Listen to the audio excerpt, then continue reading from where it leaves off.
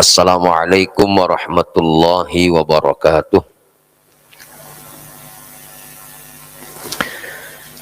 Innal hamdalillah nahmaduhu wa nasta'inuhu wa nastaghfiruhu wa nastahdihi wa natubu ilaihi wa natawakkalu alaihi wa na'udzu billahi min syururi anfusina wa min sayyiati a'malina. May yahdihillahu fala mudhillalah wa may yudlil fala hadiyalah. Allahumma fashalli wa sallim wa barik wa tarahham wa tahannan ala abdika wa rasulika sayyidina wa habibina wa syafi'ina wa maulana Muhammad wa ala alihi wa sahbihi wa man tabi'a hudahu ila yaumil ma'ad. Rabbana la tu'akhidhna in nasina aw akhta'na. Rabbana wa la tahmil alaina isran kama hamaltahu ala alladhina min qablina. Rabbana wa la tuhammilna ma la taqata lana bih. Wa'fu 'anna waghfir lana warhamna. Anta maulana fansurna 'alal qaumil kafirin. Hadirin Bapak Ibu, para pejuang subuh yang dirahmati Allah Subhanahu wa taala. Wajib kiranya di subuh ini kita menyampaikan pujian serta menyampaikan rasa syukur kepada Allah Subhanahu wa taala, karena dalam berbagai dalil Allah menyampaikan ayat, di antaranya satu ayat yang mengatakan wallahu khalaqakum wa ma ta'malun. Allah menciptakanmu, Allah menciptakan pekerjaanmu. Artinya siapa kita, itulah ciptaan Allah. Apakah aktivitas kita saat ini itu adalah dari Allah Subhanahu wa taala? Bahkan dalam ayat yang lain Allah Subhanahu wa taala mengatakan wa rabbuka yakhluqu ma yasha wa yakhtar. Wa rabbuka, dan Tuhanmu, yakhluqu, dia Tuhanmu menciptakan, ma, apa saja, yasha'u, yang dia kehendaki. Artinya siapapun kita, bentuk tubuh kita seperti apa, kondisi kita seperti apa, penciptaan Allah untuk kita itulah memang yang diciptakan Allah. Wa yakhtar, dan kitalah yang dipilih Allah, baik yang dipilih secara postur tubuh, fisik dan lain-lain, termasuk dipilih tempat tinggal, termasuk saat ini kita dibangunkan subuh hadir di Baitus Salam ini. Itulah pilihan Allah Subhanahu wa taala. Sehingga Allah Subhanahu wa taala mengatakan dalam ayat selanjutnya, Allah Subhanahu wa taala berfirman, maka nalahumul khiyarah. Maka nalahumul khiyarah. Kata Allah, mereka nggak bisa milih. Kita hadir di tempat ini nggak bisa milih, yang milihin Allah. Artinya dari adanya ayat-ayat Al-Quran yang tadi saya sampaikan, pantas kalau Rasulullah Shallallahu Alaihi Wasallam mengajarkan satu zikir, la haula wala quwwata illa billahil aliyyil azim. La haula, tidak ada kekuatan untuk meninggalkan maksiat. Wala quwwata, tidak ada kekuatan untuk melaksanakan taat, illa billahil aliyyil azim, kecuali itu pertolongan Allah yang maha luhur, yang maha agung. Saat ini kita dibimbing Allah untuk sujud. Saat ini kita dibimbing Allah untuk iktikaf di Masjid Baitus Salam. Saat ini kita duduk dalam rangka ta'lim sampai waktu duha, yang nilai pahalanya tidak terhingga. Bahkan mudah-mudahan nanti setelah kelar ta'lim kita sholat duha 2 rakaat di waktu isyraq, yang bernilai pahala haji sempurna. Kalaupun kita mampu untuk melaksanakannya, hati-hati, jangan pernah diakui itu hebatnya kita, tapi yakini bahwa itu adalah kehebatan Allah subhanahu wa ta'ala. Subhanallah. Ini penting saya sampaikan di awal taklim. Ketika kita menganggap diri kita hebat, berarti kita menuhankan diri kita. Karena tidak ada yang hebat kecuali Allah. Karena yang pasti la ilaha illallah, tidak ada Tuhan selain Allah. Tidak ada yang mampu menciptakan kita hadir di tempat ini kecuali Allah. Tidak ada yang bisa menjadikan kita bisa sujud kecuali Allah. Jangan sampai sujud dan ruku kita, taklim kita, perbuatan baik kita diakui kehebatan kita, berarti itu iblis masuk dalam hati kita. Karena iblis itu teriak kalau ada orang berbuat baik. Iblis itu menangis di saat ada orang berzikir. Namun iblis pun kemudian berjanji kepada Allah, bi'izzatika wa jalalika ya Allah, demi kemuliaanmu, demi keagunganmu ya Allah, sungguh akan aku goda dia. Nah, artinya iblis akan menggoda saat kita berbuat baik, saat kita ingin baik, dan lain-lain. Di awal taklim saya ingatkan seperti ini, mudah-mudahan ya Allah, kebodohan kami ingin berbuat baik di hadapan-Mu. Dalam segala ketidakmampuan kami ingin belajar untuk sujud di hadapan-Mu ya Allah.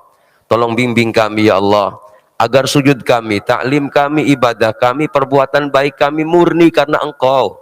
Sehingga kelak di saat berjumpa dengan Engkau di yaumul qiyamah, kami tergolong orang-orang yang diberikan cahaya sempurna karena ibadah kami di hadapan Engkau ya Allah. Amin. Allahumma amin. Hadirin jamaah subuh yang dirahmati Allah subhanahu wa ta'ala, salawat dan salam kita sanjungkan kepada baginda Rasulullah Muhammad sallallahu alaihi wasallam, pada semua keluarganya, semua sahabatnya, serta seluruh pengikutnya ila yaumil qiyamah. Amin amin Allahumma amin. Bapak Ibu jamaah subuh yang dirahmati Allah subhanahu wa ta'ala, pada subuh ini karena mulai hari ini jamaah haji Indonesia kloter pertama sudah mulai tiba di tanah air ya, maka tema yang saya usung adalah ciri-ciri haji mabrur di dalam Al-Quran, hadis Rasulullah SAW, serta tradisi-tradisi orang-orang soleh. Ini saya mengusung tema ini karena ada satu pendapat katanya, ini katanya ciri-ciri haji mabrur di Al-Quran tuh nggak ada katanya, begitu kira-kira. Saya akhirnya penasaran, betulkah orang ini mengatakan ciri-ciri haji mabrur di Al-Quran nggak ada? Kalaupun ada katanya di hadis. Nah, maka kemudian dari adanya penelitian saya ini, saya kok malah menemukan gitu ciri-ciri haji mabrur di dalam Al-Quran. Maka kemudian saat pagi ini saya ingin mengetengahkan hasil penelitian saya tadi, ciri-ciri haji mabrur di dalam Al-Quran, kajiannya hanya masuk di dua ayat, Al-Baqarah 196 dan Al-Baqarah 197. Urut. Mari kita lihat ayatnya. Betulkah ciri-ciri haji mabrur itu ada di dalam dua ayat, Al-Baqarah 196 dan 197? Kita lihat ayatnya. A'udzubillahi minasyaitonirrajim. Wa atimmul hajja wal umrata lillah.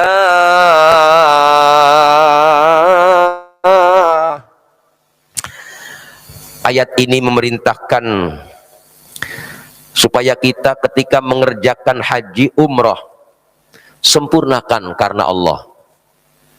Subhanallah. Haji karena Allah ini aneh. Bapak Ibu silakan cari ayat-ayat haji dalam Al-Quran. Ayat haji dalam Al-Quran selalu saja harus karena Allah. Padahal kalau kita tahu tidak ada amal yang tidak karena Allah kan Pak. Harus karena Allah semua gitu. Tapi kenapa sholat tidak ada sholatlah karena Allah? Coba lihat di ayatnya. Aqimus sholat, titik sampai situ. Dirikan sholat. Atau zakat, nggak ada perintahnya zakatlah karena Allah gitu. Tapi yang hebat haji, wa atimmu al hajja wal umrata lillah, sempurnakan haji dan umrah karena Allah subhanahu wa ta'ala.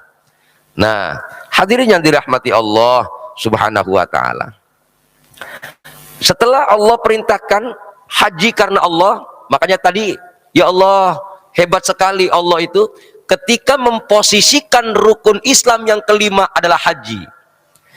Kalau orang dulu mengatakan ketika orang sudah berangkat haji berarti sudah sempurna syariatnya, karena rukun-rukun Islam yang 5 sudah selesai dilaksanakan dan diistiqomahkan. Pantas kalau seandainya ketika Allah subhanahu wa ta'ala memerintahkan haji, 2 ayat haji dalam Al-Quran selalu bergandengan dengan kalimat Allah, walillahi 'alan nasi hijjul baiti man istata'a ilaihi sabila, dan ayat yang selanjutnya ayat ini, wa atimmul hajja wal umrata lillah. Nah, hadirin yang dirahmati Allah subhanahu wa ta'ala, cuman nampaknya ayat itu selanjutnya, fa in uhsirtum famastaisaro minal hadi. Masya Allah. Ayat itu bergandengan dengan hadiah. Apa hadiah itu? Nah, Bapak Ibu, kalau di Mekah, kalau musim haji itu ada tenda-tenda kecil, ya. Ada tenda-tenda kecil di depan Masjidil Haram, samping-sampingnya Masjidil Haram. Tenda-tenda kecil itu ada speaker kecil, haji, haji, hadiah, hadiah, hadiah, hadiah, hadiah, hadiah. Ada lagi tenda-tenda kecil yang ada speaker kecil, bilangnya kurban, kurban, kurban, kurban, kurban gitu. Nah, setelah saya tanya sama petugasnya maksudnya apa nih? Oh, maksudnya mereka itu saat jamaah haji di seluruh dunia berkumpul. Nah, apakah mereka melaksanakan haji ifrad, tamattu, qiran? Jadi haji ada 3 model. Haji ifrad itu haji yang dilaksanakan mendahulukan amalan haji baru umroh. Bapak datang ke Mekah, sampai di Jeddah langsung pakai ihram, kemudian Bapak niat labbaik Allahumma hajjan, aku penuhi panggilanmu ya Allah untuk melaksanakan ibadah haji. Maka Bapak saat itu sudah berhaji gitu. Baru kemudian sampai di Mekah, setelah kita beresi hotel kita rapi, masuk ke Ka'bah, tawaf, kemudian sa'i, kemudian tidak bertahallul gitu.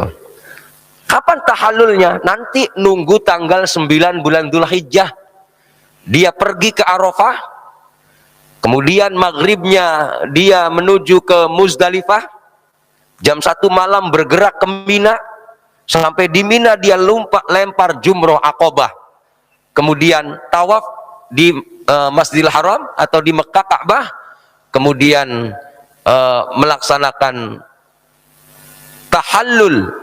Ini namanya sudah selesai melaksanakan haji dengan haji ifrad. Setelah itu pergi ke Tan'im, ngambil mikot untuk melaksanakan umroh.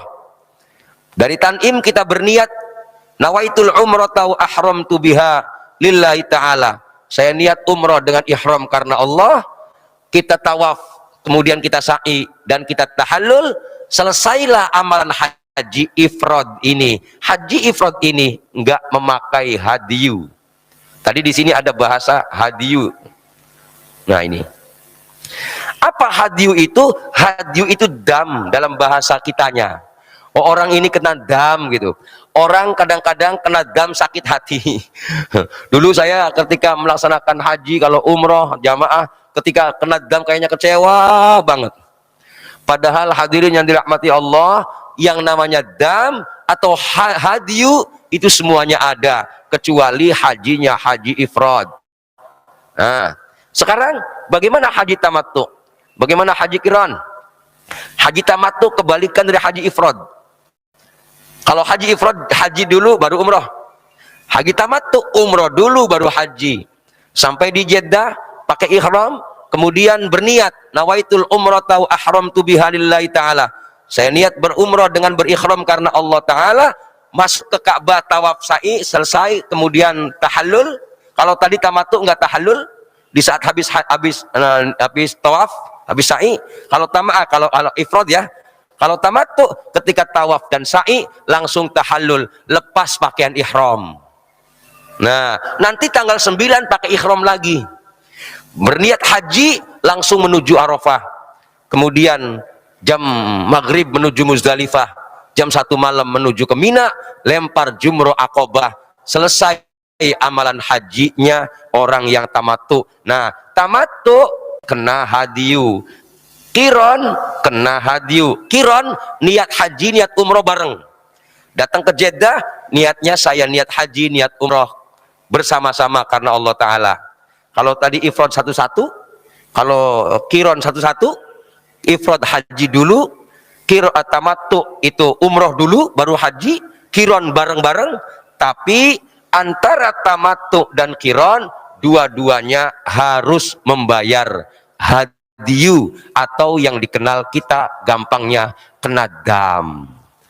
Nah, hadirin yang dirahmati Allah Subhanahu wa ta'ala, banyak orang yang ketika kena dam merasa kecewa gitu.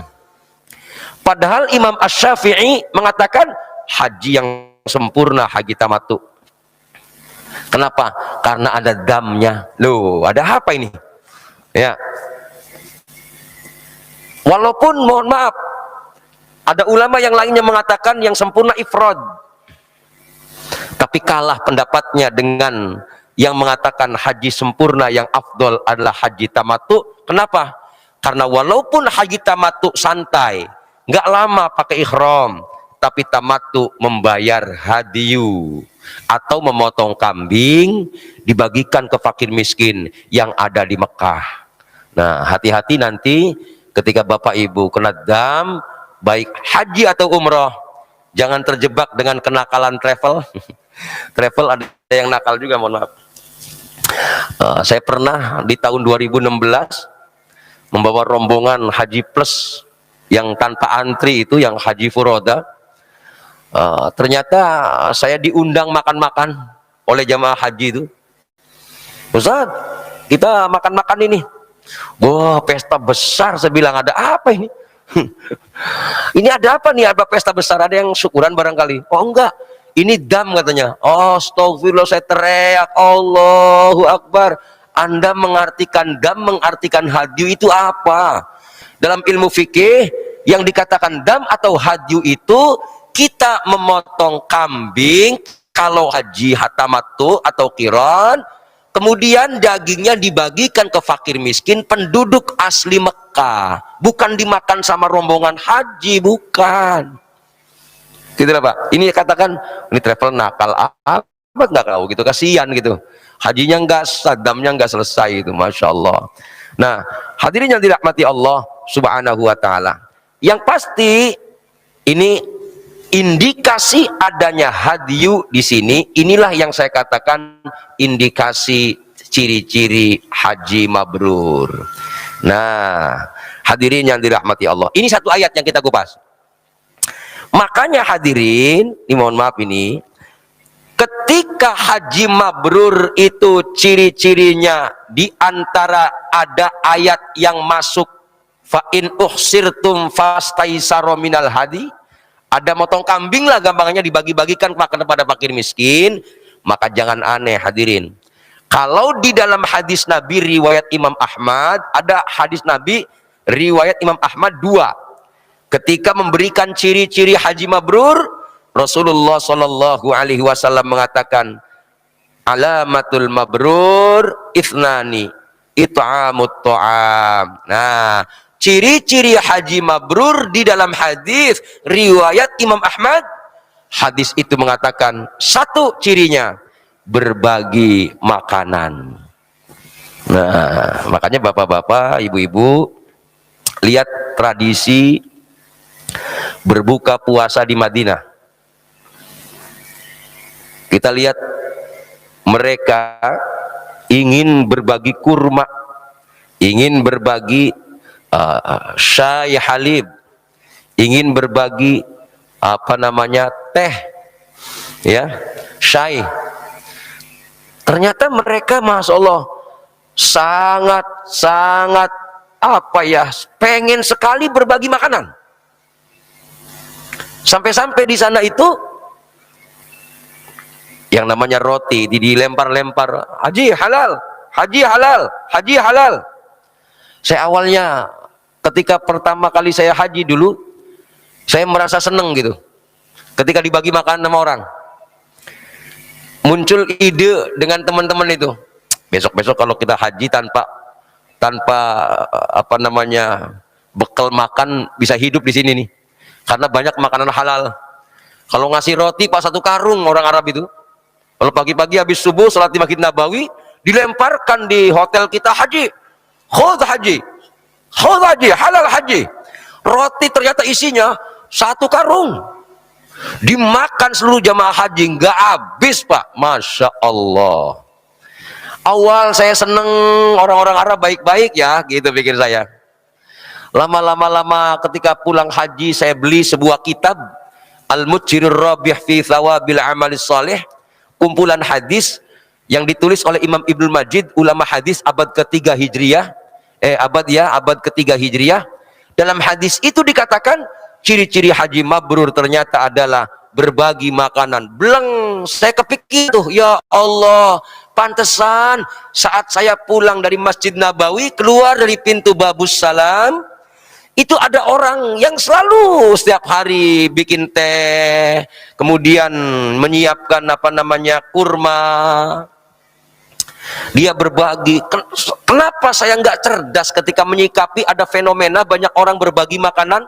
Ada apa sebenarnya ini? Oh, ternyata berbagi makanan itu termasuk ke dalam satu ciri-ciri orang itu hajinya mabrur apa tidak. Makanya pantas kalau di Madinah kita ada joki-joki Pak, yang buka puasa itu, buka puasa Senin Kamis itu, mereka nyewa joki-joki, awal haji halal, haji halal, dipanggil-panggil Pak untuk makan bareng mereka itu.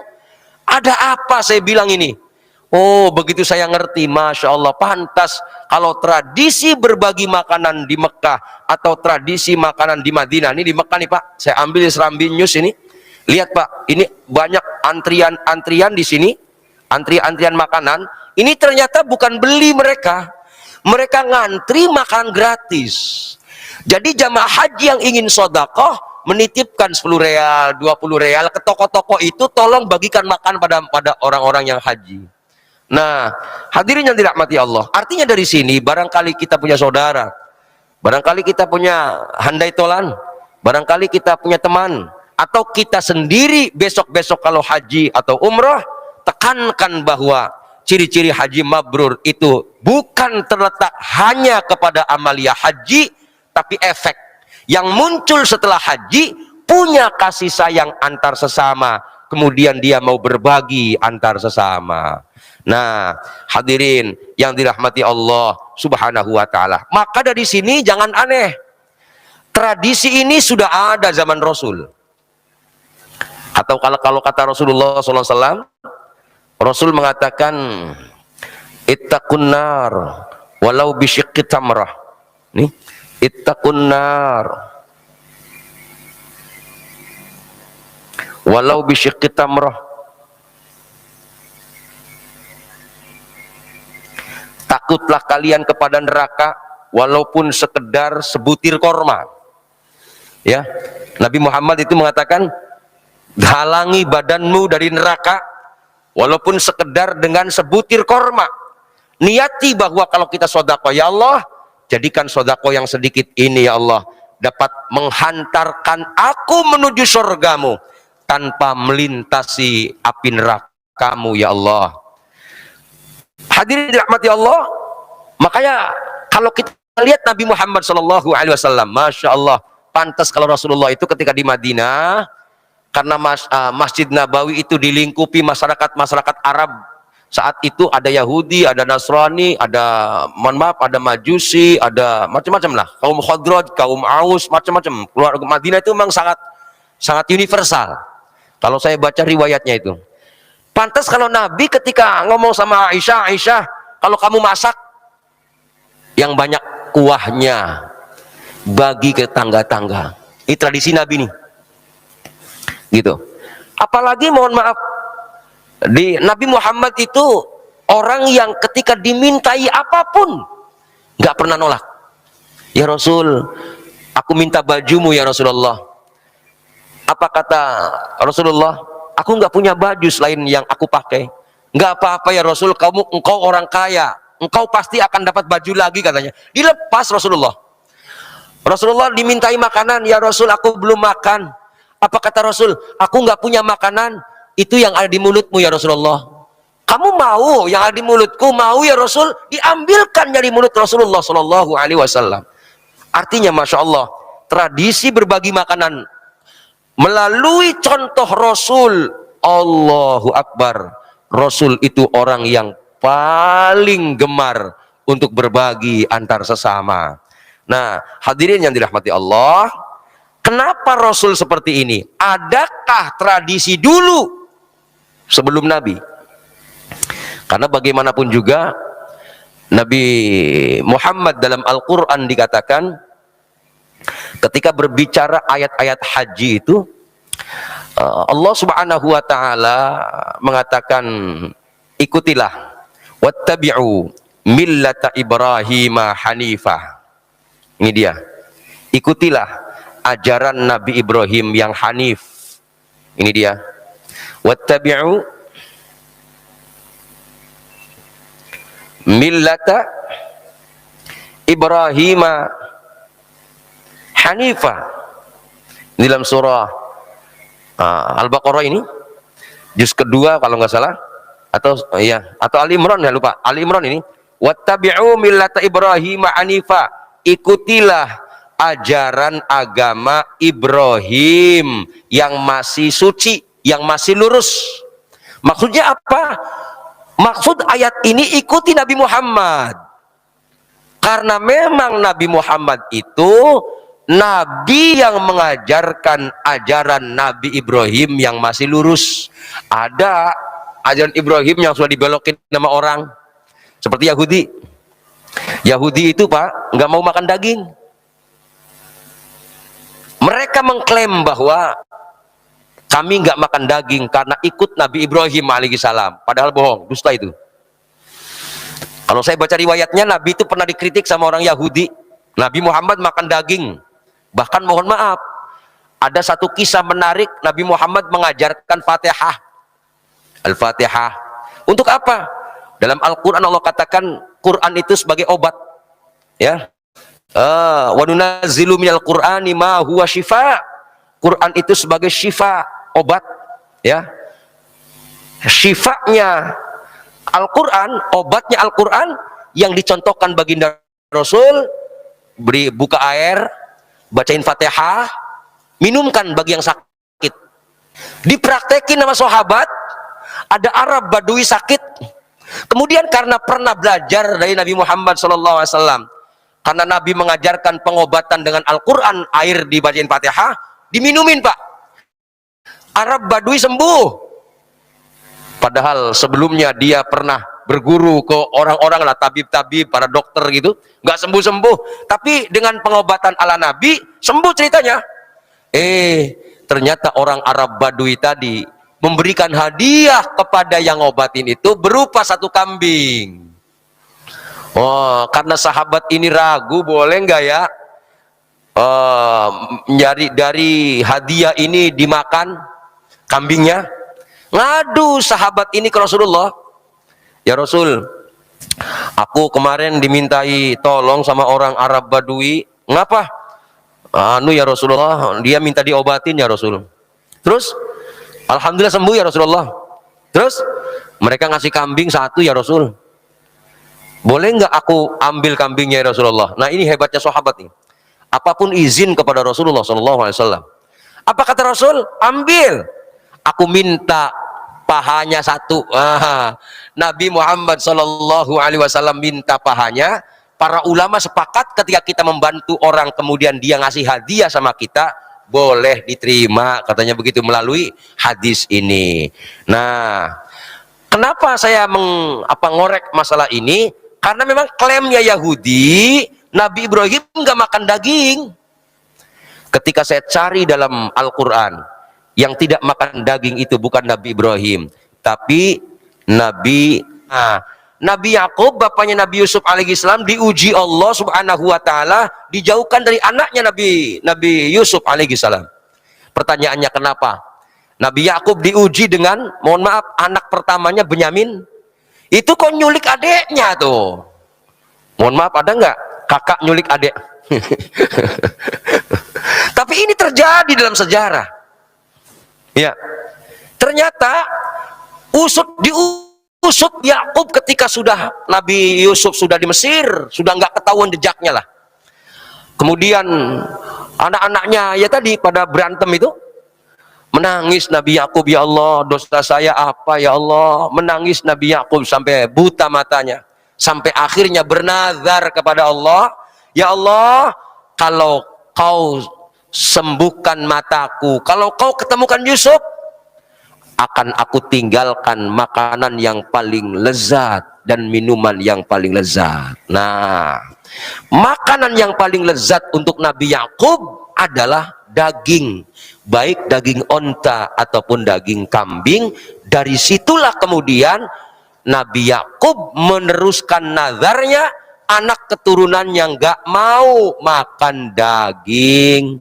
Diakui oleh Yahudi, itu ajaran Nabi Ibrahim, dibantah sama Allah Subhanahu wa taala dalam Al-Qur'an, wattabi'u millata Ibrahima hanifa. Artinya Yahudi nggak berdasar ketika mereka mengklaim Nabi Ibrahim nggak makan daging. Nabi Ibrahim makan daging.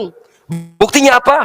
Nabi Ibrahim alaihissalam berkorban. Dengan sejarah yang kita baca, Nabi Ismail digantikan dengan kambing, dibagikan pada fakir miskin, dan beliau pun makan daging. Bahkan banyak orang ketika meminta kambing kepada Nabi Ibrahim alaihissalam, yang dikasih kambingnya satu gunung Pak. Kalau orang Arab dulu tradisinya kalau punya kambing satu gunung. Tuh, kambing saya yang di gunung anu, buat ente semua. Termasuk Nabi Muhammad, tradisinya ketika Nabi hidup masih seperti itu. Hebat. Sodakoh, satu gunung berupa kambing, Masya Allah, luar biasa. Artinya dari sini, zaman Nabi Ibrahim berarti sudah ada yang namanya berbagi makanan Pak. Makanya jangan, Bapak Ibu tahu kan kenapa Nabi Ibrahim dijuluki Khalilullah? Nabi Ibrahim dijuluki kasih Allah. Kapankah Nabi Ibrahim dijuluki kasih Allah? Nabi Ibrahim itu puncaknya diberi julukan kekasih Allah ketika Nabi Ibrahim berbagi makanan, Pak. Nabi Ibrahim itu Abu Dhaif namanya. Julukannya Nabi Ibrahim Abu Dhaif. Maksudnya apa? Bapaknya tamu. Kenapa bapaknya tamu? Nabi Ibrahim tidak pernah makan sendirian, Pak. Selalu nyari teman beliau. Masya Allah. Ini dia. Makanya kalau ada orang jamaah haji, saya suka banget itu. Kalau teman-teman yang haji, saya kasih nasihat ayat-ayat ini. Kasih contoh para sahabat, para tabi'in, Rasulullah, zaman Nabi Ibrahim terus. Kemudian dia dengan hati yang lapang. Setiap kali makan dia ngajak temannya ke rumah atau kemana lah, yang penting makan bareng. Kadang-kadang dari rumah dia bawa makanan, walaupun roti kecil lah. Kemudian dia bagi, nggak pernah makan dengan sendirinya. Orang lain dia tidak makan, dia makan. Nggak begitu. Dia pengennya dia makan, orang lain makan. Masya Allah. Maka lihat orang ini. Walaupun orangnya kelihatannya tidak seperti para habaib kelihatannya gitu kan, udeng-udengnya nggak gede, sorbannya nggak besar, tapi nampaknya orang ini sudah ada ciri-ciri daripada haji mabrur. Nah, makanya hadirin jangan aneh nih Pak. Saya baca dalam kitab Raudhatul Anwar, sejarah. Tradisi ngasih makan sudah ada zaman Nabi Ibrahim, bahkan dari mulai kakeknya Nabi Muhammad bernama Hashim. Hashim, kakek Nabi Muhammad. Ini kalau dilihat di peta ini Hashim nih Pak. Hashim itu bapaknya Abdul Muthalib. Abdi Manaf ya. Bapaknya Abdi Manaf. Ya, nanti Abdi Manaf punya anak Abdul Muthalib. Abdul Muthalib punya anak Abdullah. Kita lihat di tradisi Nabi Muhammad dan keluarganya ke atas. Ini berawal dari kilab nih Pak. Kilab, Bapak tahu artinya kilab? Kilab itu berasal dari kalimat kalbun. Apa arti kalbun Pak? Anjing Pak. Kakek Nabi Muhammad ada yang namanya anjing, Masya Allah. Saya cari sumbernya, masa iya sih kakek Nabi Muhammad kok namanya anjing. Ternyata itu nama kunyah, julukan. Atau kenapa orang ini dikatakan kalbun? Oh Allah, itu kalau ngangon kambing, segunung kambingnya banyak banget. Orang yang pertama kali ngangon kambing, kemudian yang ngejagain kambingnya anjing, kilab tuh. Artinya di zaman kilab sudah ada fikih Pak. Tentu fikih zaman Nabi Ibrahim. Fikih apa? Fikih anjing berburu. Bapak pernah nggak berburu pakai anjing? Itu ada fikihnya, itu dalam kitab Bulughul Maram ada hadisnya jelas sahih itu.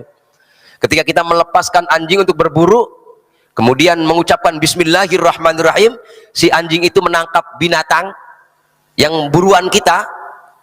Kemudian walaupun itu buruan itu mati, itu dianggap sah dipotong, karena saat melepaskan anjing itu kita mengucapkan Bismillahirrahmanirrahim. Gitu. Ternyata tradisi berburu ini sudah ada Pak, zamannya kilab. Nah, makanya kilab karena punya kambing banyak, kemudian dijagain dengan anjing, maka julukannya kilab tuh. Subhanallah. Hashim, kalau saya baca riwayat, Hashim itu julukan juga. Kenapa dia Hashim? Karena dia terambil dari kata-kata Hashama. Hashim itu Hashama. Apa artinya? Hashim dari kata-kata Hashama artinya merobek-robek daging dan menjadikannya dengan bubur, menjadikan bubur. Ya. Untuk apa? Nah, Hashim kakeknya Nabi Muhammad SAW ketika musim haji bikin bubur yang kemudian dicampur dengan daging, yang sampai saat ini kemudian muncul ada tradisi kebab di Arab Saudi. Kebab itu ternyata dari Hashim asalnya. Makanya nanti ada ayat Quran surah Al-Quraisy. Quraisy li'ila fi Quraisy ila fihim rihlatas syita'i was shaif falyabudu rabb hadzal bait. Orang-orang Mekah itu ketika musim dingin pergi ke Yaman. Ngapain? Dagang dia. Di antara yang diperdagangkan menurut kitab Raudhatul Anwar yang saya baca, itu ya tadi hasil makanan yang buat orang-orang haji itu diekspor keluar gitu loh Pak. Nah, itu sudah muncul di zaman Hashim. Artinya dari zaman Hashim saja tradisi ngasih makan berlanjut. Nah, selanjutnya langsung aja ya Pak ya, biar nggak perbanyak materi ini. Abdul Muthalib. Abdul Muthalib Pak, kakek Nabi Muhammad. Bapak tahu kakek Nabi Muhammad? Abdul Muthalib ini kakek Nabi Muhammad, namanya Abdul Muthalib. Itu ternyata ketika musim haji beliau pergi. Bukan musim haji saja kalau saya baca riwayatnya. Dia itu orang yang hobi keluar rumah ke gunung-gunung membagikan makanan kepada binatang buas. Sampai ketika datang di depan Masjidil Haram, ketika dia ngeliat burung-burung, dia kasih makan burung.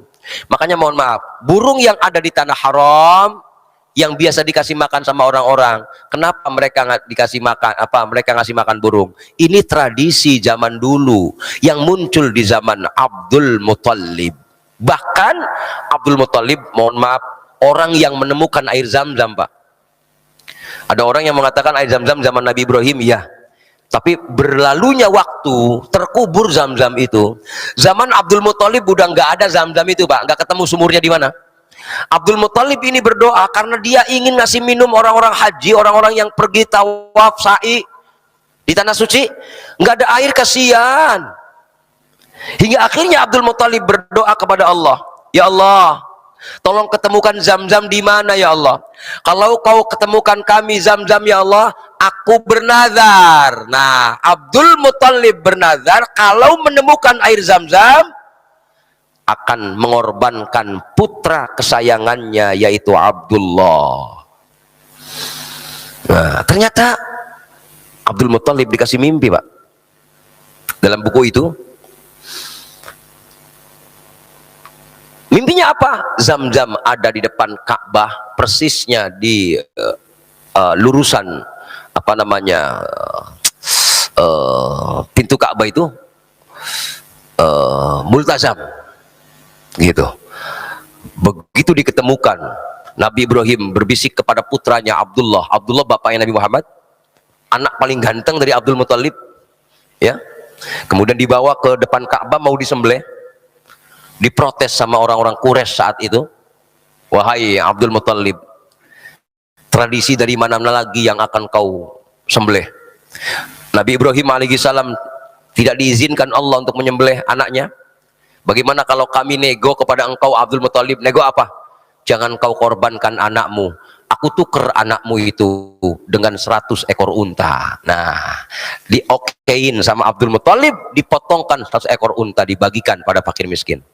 Artinya zaman Abdul Muthalib banyak tanda-tanda, bukti-bukti sejarah, ya, bukti sejarah di zaman Abdul Muthalib sudah banyak dan merebak tradisi berbagi makanan, walaupun saat itu contohnya bubur, kebab, gitu-gitu tuh. Bahkan mohon maaf, berbagi makanannya Abdul Muthalib bukan kepada manusia saja, bahkan kepada burung-burung. Makanya saya baca sebuah buku Pak. Bapak tahu nggak Nabi Muhammad ketika hijrah ke Madinah, keluar dari rumah, dikawal sama Abu Bakar kan Pak? Masuknya ke mana? Masuknya ke Gunung Thur. Gunung Thur itu tinggi sekali, lebih tinggi dari Jabal Nur. Nggak ada yang sanggup jamaah haji naik ke Gunung Thur.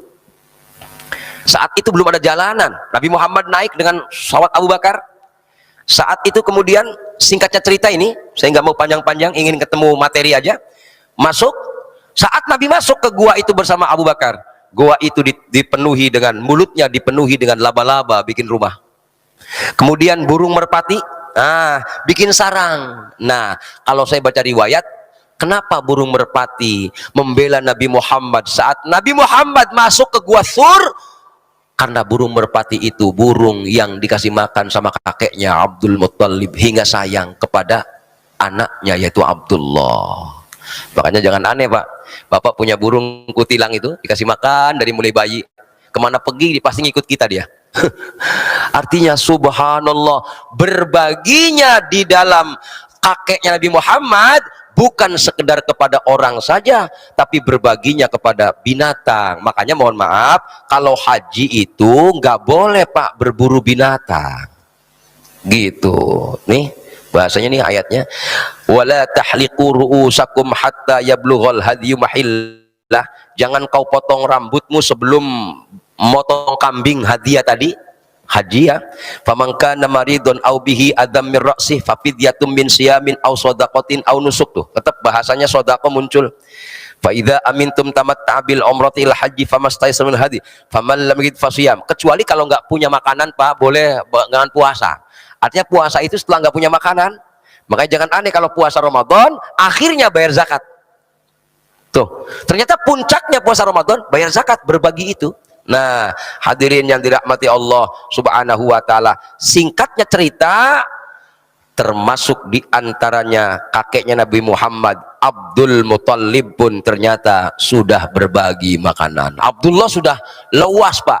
Kalau Abdullah sudah memerdekakan orang, kayak siapa? Ibunya Nabi Muhammad, Ummu Aiman, ibu angkatnya. Ummu Aiman budaknya Abdullah yang dimerdekakan oleh Abdullah. Artinya sudah banyak berbicara kemanusiaan. Artinya hadirin dari sini, ketika melihat ayat tadi, melihat hadis, bukti sejarah kita tarik.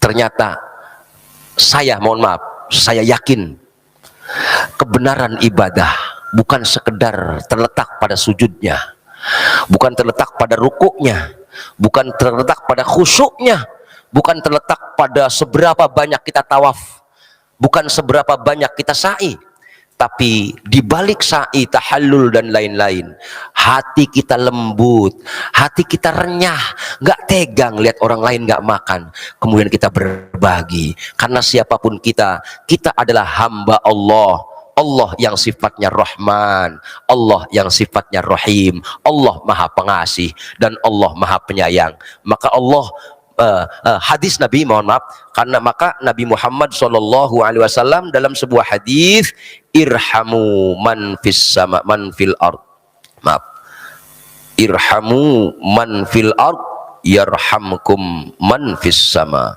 irhamu man fil ard yarhamkum man fis sama. Ya, irhamu, sayangilah olehmu, man orang, fil ardi yang ada di muka bumi, yarhamkum man fis sama, yang di langit akan sayang kepadamu. Nah, hadirin, paham dari sini Bapak Ibu ya? Ciri-ciri yang pertama, subhanallah, kelihatannya ngasih makanan sepele, ternyata puncak daripada kemabruran seseorang. Bisakah dia berbagi dengan sesamanya? Hadirin yang dirahmati Allah Subhanahu wa taala. Yang kemudian jamaah haji, ciri-ciri haji mabrur yang kedua ada dalam ayat selanjutnya, yaitu dalam surah Al-Baqarah ayat 197, Al-Hajju Ashhurum Ma'lumat, faman faradha fihinnal hajja fala rafatha wala fusuqa wala jidala fil hajj. Rafas itu Pak, jadi gini, Al-Hajju Ashhurum Ma'lumat, kalau saya terjemahkan, haji itu di bulan-bulan yang diketahui. Faman faradha fihinnal hajja, siapa yang difardukan haji, fala rafath, satu, jangan berkata rafas itu sesuatu yang akan mancing hayalan, mohon maaf, seks. Rafath, ngomong yang jorok aja nggak boleh. Wala fusuk, jangan berkata yang jelek, yang nggak pantas kita ucapkan. Wala jidal, jangan berkata yang akan menjadikan perdebatan. Fil haji, di dalam haji. Subhanallah. Ayat ini kemudian, kesimpulannya kalau haji itu mulut kita mesti bersih. Ya Allah, luar biasa.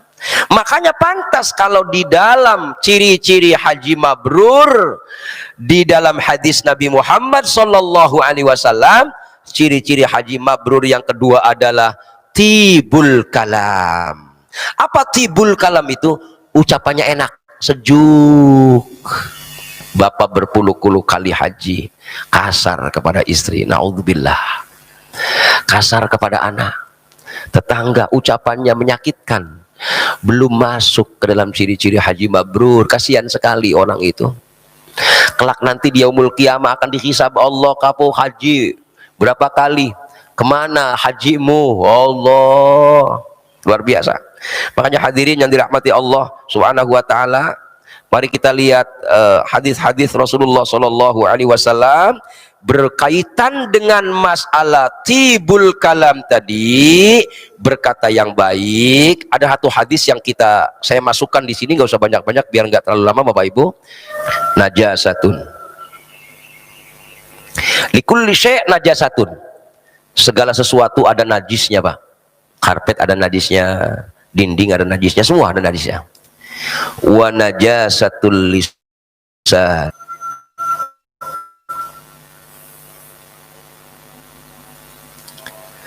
dan najisnya lidah. Segala sesuatu mempunyai najis, dan najisnya lisan, lidah. Al-badha'ah, badha'ah, apa badha'ah itu? Berkata yang menyakitkan. Ketika kita ada ucapan yang menyakitkan orang, itulah mulut kita sedang najis. Makanya Nabi Muhammad SAW dalam hadis yang lain banyak, man amana billah wal yaumil akhir falyakul khairan aw liyasmut. Siapa orangnya yang beriman kepada Allah dan hari akhir, maka berkatalah yang baik. Kalau nggak bisa diam. Nah, diam kecuali dengan berkata yang baik, itulah masuk dalam ciri-ciri haji mabrur yang kedua. Singkatnya adalah haji mabrur, ciri-cirinya ada dua dalam hadis Nabi, termuat dalam Al-Baqarah 196, 197. Ciri-cirinya ternyata berbagi makanan dan berucap yang menyejukkan. Subhanallah. Itulah kesimpulan saya dari hasil penelitian ayat dan penelitian data-data sejarah, sehingga saya meyakini, ya Allah, saya ingin belajar. Walau haji saya belum sempurna, tapi saya ingin belajar untuk berbagi makanan dengan siapapun, dan kemudian berkata yang enak dengan siapapun, apalagi dengan anak istri kita, apalagi dengan tetangga kita, apalagi dengan sesama jamaah kita di masjid ini. Ya Allah, terimalah haji kami. Makanya kita doa, Allahumma ja'al hajjana hajjan mabrura, jadikan haji kami haji mabrur, wa sa'yan mashkura, sa'i kami sa'i yang disyukuri, wa dzanban maghfura, dosa-dosa yang diampuni Allah Subhanahu wa taala. Itu saja hadirin yang bisa saya sampaikan. Sekian kurang lebihnya mohon maaf. Kita akhiri dengan kafaratul majlis. Subhanakallahumma wa bihamdika asyhadu an la ilaha illa anta astaghfiruka wa atubu ilaik. Wabillahi taufiq wal hidayah. Wassalamualaikum warahmatullahi wabarakatuh.